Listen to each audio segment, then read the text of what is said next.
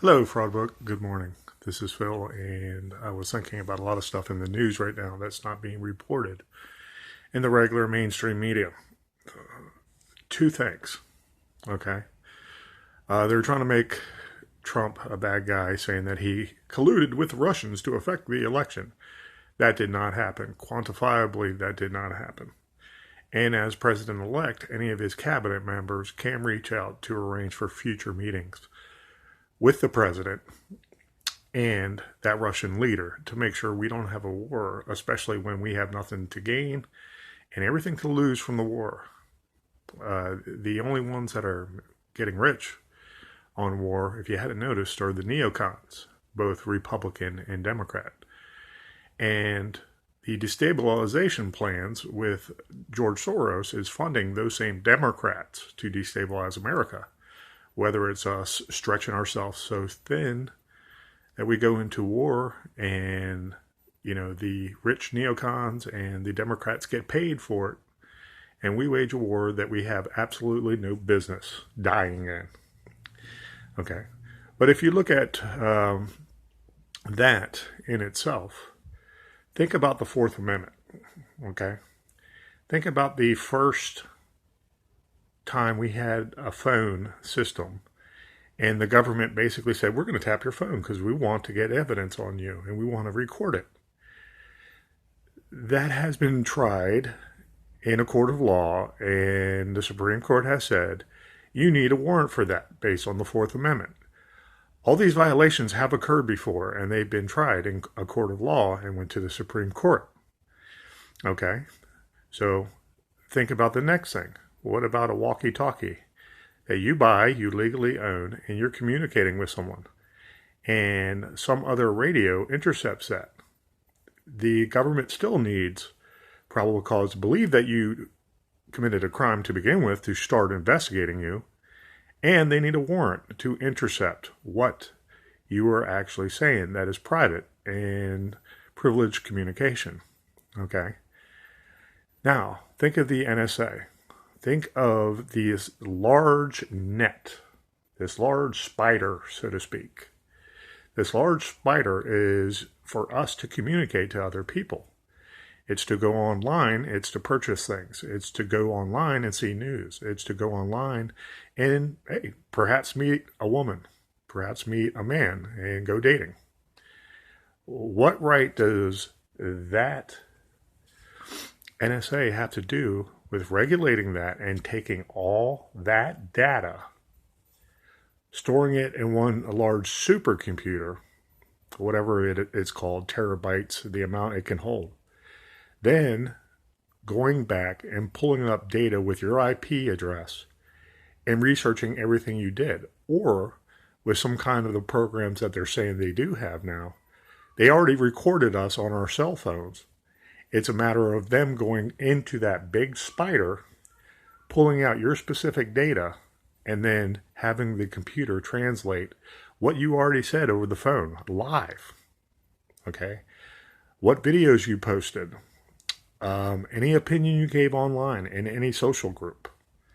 Everything is recorded and stored in this data bank at the NSA, probably in Utah, if not Langley or DC somewhere, or some other godforsaken place. And all they have to do is pull it out. Then you think about Google being a provider, okay? What right do they have as a private non-government entity to give the NSA or any government agency your information, and that's legal? It is not legal based on the Fourth Amendment. If you also look at the Fourth Amendment, it doesn't say that it's legitimate when they apply for a warrant. You notice that? Read the Fourth Amendment and you'll see that the government can still apply for a warrant and it's based on absolutely little fact. But a judge said it's okay. No, it's not okay. So what they did was they basically did a dragnet with Trump since 2004 and recorded all his information as a possible op force against the United States government. Okay? And Obama okayed it to be transmitted between government agencies, which is also pretty unethical, and it might be illegal. If you think about an investigation going on, then that person that's doing the investigation must keep it tight-lipped and keep it all within his unit so he can continue the investigation and see if any crime did occur. In this case, it's already been proven no crime occurred with Trump colluding with Russia just because he doesn't want to get into war.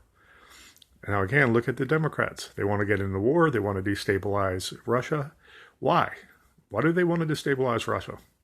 Because Russia is on the ruble. Russia's ruble is more strong based on a gold backing than our American dollar that's super inflated. And half of our green U.S. currency is not backed by gold. Look it up. Our money means something. It still has worth, don't get me wrong. But Putin is not listening to the globalists like Soros who are paying off these Democrats that say you have to change to the petrodollar. Okay? Do you see where I'm coming with this? But again, what if you were doing smoke signals back in the old days? Okay? And you wanted to communicate with someone, another tribe or another group, and say, we're about to get overrun. If it's in plain view, that communication, then it's legal for everybody to look at. Okay, is it really legal or ethical to disseminate it? Maybe not. But at the same time, you should just get a warrant for those smoke signals too, from tribe to tribe, if you're going to enforce any kind of legitimate law and you're going by the Constitution. Okay.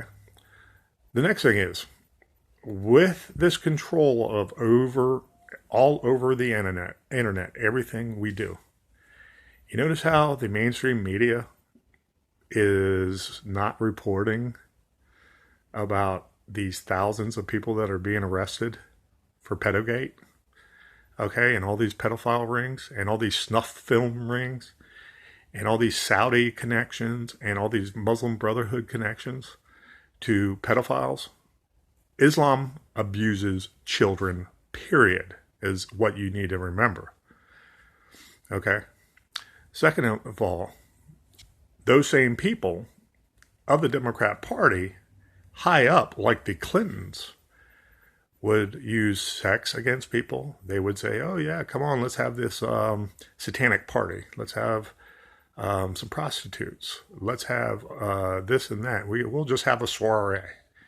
And then they film it. And then they hold it against that politician. And then that politician joins them and holds it against the next politician. The next person that gets elected, they invite them into the same web. And they basically control them for the rest of their career. Okay?